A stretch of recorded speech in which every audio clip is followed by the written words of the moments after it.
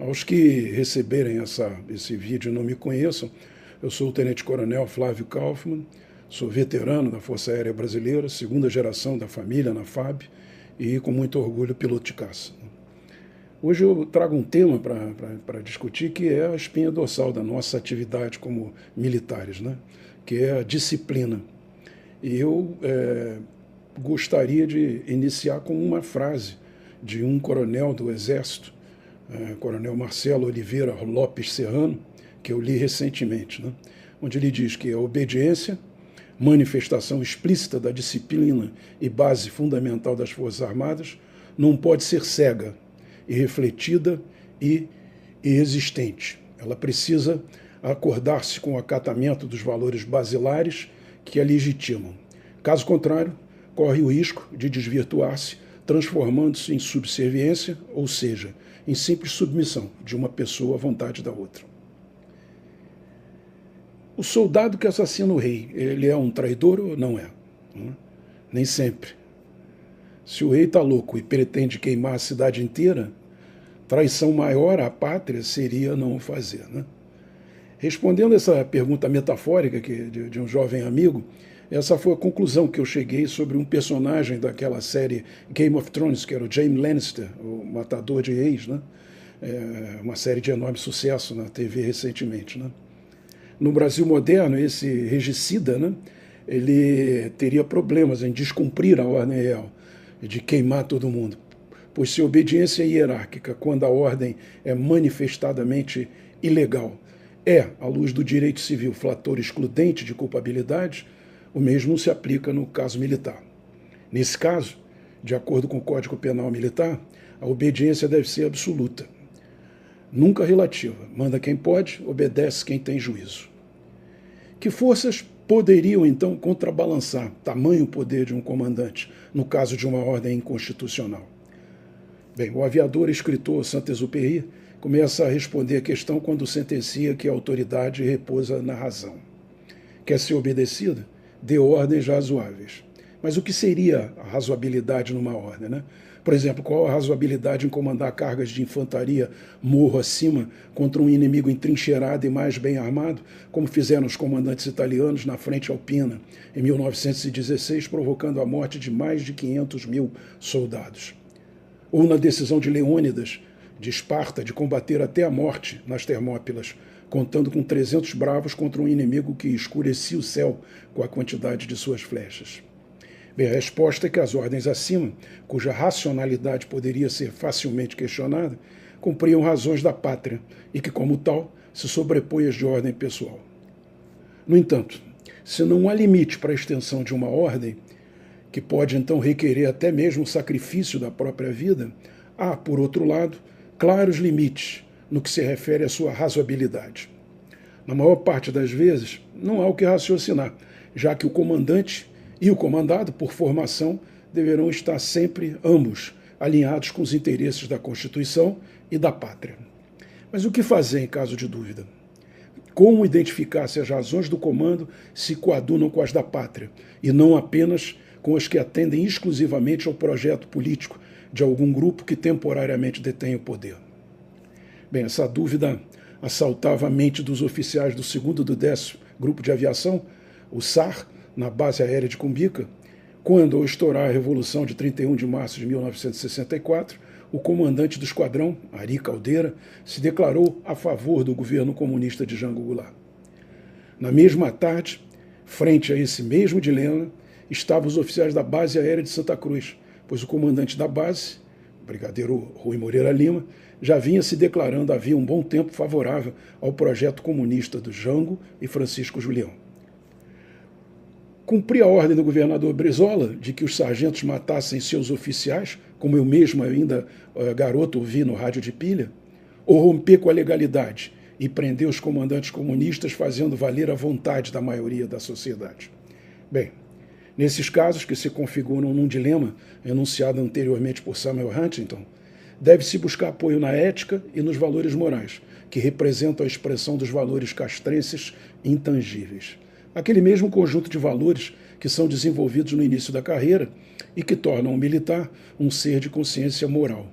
e que devem acompanhá-lo durante todo o decorrer de sua vida. Explico melhor. Sendo a hierarquia e a disciplina os dois pilares básicos em que se apoiam as Forças Armadas, uma decorrência lógica é o fato de que, entre dois militares, seja sempre possível afirmar a existência de uma distinção hierárquica entre eles. Um deles é superior ao outro. A disciplina é que produz em ambos o acatamento dessa condição. Um comanda e o outro é comandado. E mesmo o que é comandado também exerce o comando em seu nível sobre outros comandados. Fazendo uma extrapolação, o comandante dos comandantes máximos é o governo, um órgão transitório de administração, eleito pela maioria, que deve estar a serviço do Estado, agente político que representa a sociedade territorialmente estabelecida e politicamente organizada. O problema passa a ocorrer quando os interesses desse governo estiverem em desalinho com os interesses do Estado ou da sociedade, a pátria. E nessa condição, a herança cultural, a ética e os valores morais, filtrados pelo pensamento crítico, podem ser os únicos parâmetros válidos para medir a razoabilidade de uma ordem. Parece sopa de letra, não é isso? Pois aí vão dois cases, como gostam os mais acadêmicos, sobre o papel das Forças Armadas. Mas, por favor, não esperem respostas prontas, pois os casos são contemporâneos e, como tal, dinâmicos. Né? A Venezuela, quando lá estive como cadete em 1975, competindo num festival olímpico, estava incluindo entre os países mais ricos e culturalmente mais avançados da América Latina.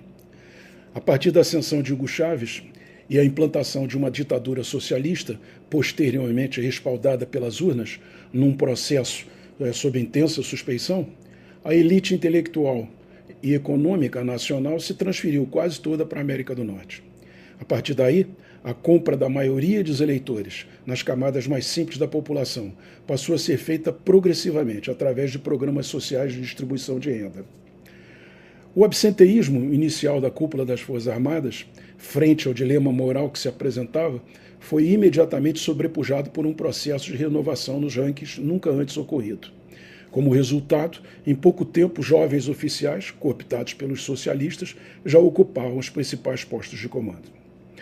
O credo comunista, inspirado por Cuba, professado por um judiciário ativista, permitiu um sem número de mudanças na Constituição, que deram ao bolivarianismo um enorme poder sobre o Estado. Como em toda experiência comunista, hoje a Venezuela, que conta com imensas reservas de petróleo, vive o desabastecimento e a miséria econômica. Seus meios de comunicação estão amordaçados e mesmo o jornalismo internacional livre sofre constante perseguição do governo. A cultura nacional foi toda comprada a favor do socialismo. Iniciando com um programa de importação de médicos cubanos, o país conta hoje com mais de 6.000 consultores cubanos remunerados, comandando diversas instituições, entre elas as Forças Armadas. Além de uma bem equipada Guarda Nacional, os cubanos montaram grupos civis armados, chamados coletivos, que só atendem ao comando dos próprios chefes cubanos, né?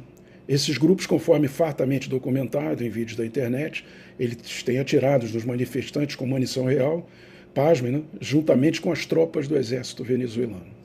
Não há mais qualquer dilema entre os soldados venezuelanos. Eles foram vencidos e hoje servem a seus tiranos. Por aqui, nos governos de esquerda, foram assaltados os cofres públicos. O Congresso vem sendo comprado com emendas parlamentares. As instituições sofrem aparelhamento. Foi criada uma Guarda Nacional. A política externa foi desvirtuada. Os eleitores pobres foram comprados com Bolsa Família. Foi instituída a racialização da sociedade e a identidade de gênero. Eliminada a meritocracia, oficializada a corrupção, liberada a baderna e a invasão de propriedades, feitos investimentos desastrosos em Cuba, Angola e Bolívia e trazidos, anteriormente, os indefectíveis médicos cubanos em regime de servidão. A mídia tradicional, com poucas exceções, foi silenciada com o uso de verbas públicas, ao ponto de até mesmo, pasmem, vir a apoiar uma censura do bem. E assim a liberdade de expressão na internet já se vê ameaçada atualmente por uma lei de censura prévia. Quantos dedos tem aqui? Lembra-se do Grande Irmão, de George Orwell, 1984, e de sua verdade incontestável? Após um pequeno hiato de 4 anos no regime liberal, de um governo liberal castigado diuturnamente pela mídia, sem, no entanto, sequer cogitar qualquer tipo de censura, há hoje assuntos proibidos. O direito de propriedade foi relativizado e há brasileiros presos sem o devido processo legal. Juízes do Supremo Tribunal Federal ultrapassam em muito suas atribuições constitucionais e mandam no país, silenciando antagonistas e utilizando a Polícia Federal como instrumento político, sob a vista grossa das lideranças do Congresso Nacional e da Corte de Justiça mais antiga do país, o Superior Tribunal Militar, que possui competência para declarar a inconstitucionalidade de lei ou ato normativo do poder público. As Forças Armadas, como Pôncio Pilatos, se abstiveram publicamente, mesmo após terem atestado por escrito a falta de confiabilidade do processo eleitoral. E hoje prestam continência a um comandante supremo que as despreza e que não reúne os valores morais exigidos para o cargo. Com a volta de Lula, inúmeros fatos do dia a dia mostram a progressiva comunização do regime. Muito embora, se analisarmos a cultura nacional e a ideologia da maioria da população, veremos que os valores da sociedade continuam sendo religiosos, liberais e democráticos. E essa rota certamente nos colocará em pouco tempo frente a um renovado dilema como cidadãos e militares, já que, conforme dizia o general Osório, herói de Tuiuti, a farda não abafa o cidadão no peito do soldado. Estamos preparados intelectualmente para enfrentar esse dilema moral? A lealdade das Forças Armadas ao presidente, que é o comandante em chefe, é mais ou menos importante que a lealdade à Constituição? Você, militar, concorda em deixar esse legado político que vem sendo gestado? Acha que isso é problema de terceiros e não seu? Está conformado em ter seus filhos e netos vivendo futuramente sob um regime sem liberdade de expressão, de credo e de imprensa? Seus parentes e amigos são favoráveis ao comunismo? Seu comandante imediato concorda com esse estado de coisas? Bem, são perguntas que devem ser feitas, né? O bom soldado não é de modo algum aquele que empunha a baioneta cega. É o que pensa, pondera e age de acordo com os valores morais da sociedade que jurou defender. Aqueles oficiais de 1964, de Cumbica e Santa Cruz, por convicção do mais puro dever, terminaram por arrostar os comandantes que violaram os princípios basilares de onde deriva a autoridade. Pois, como dizia aquele velho e honrado general, na carreira das armas não se prestam continências, honras e obediência ao homem, mas aos galões que ele porta. Obrigado, amigos, e um forte abraço.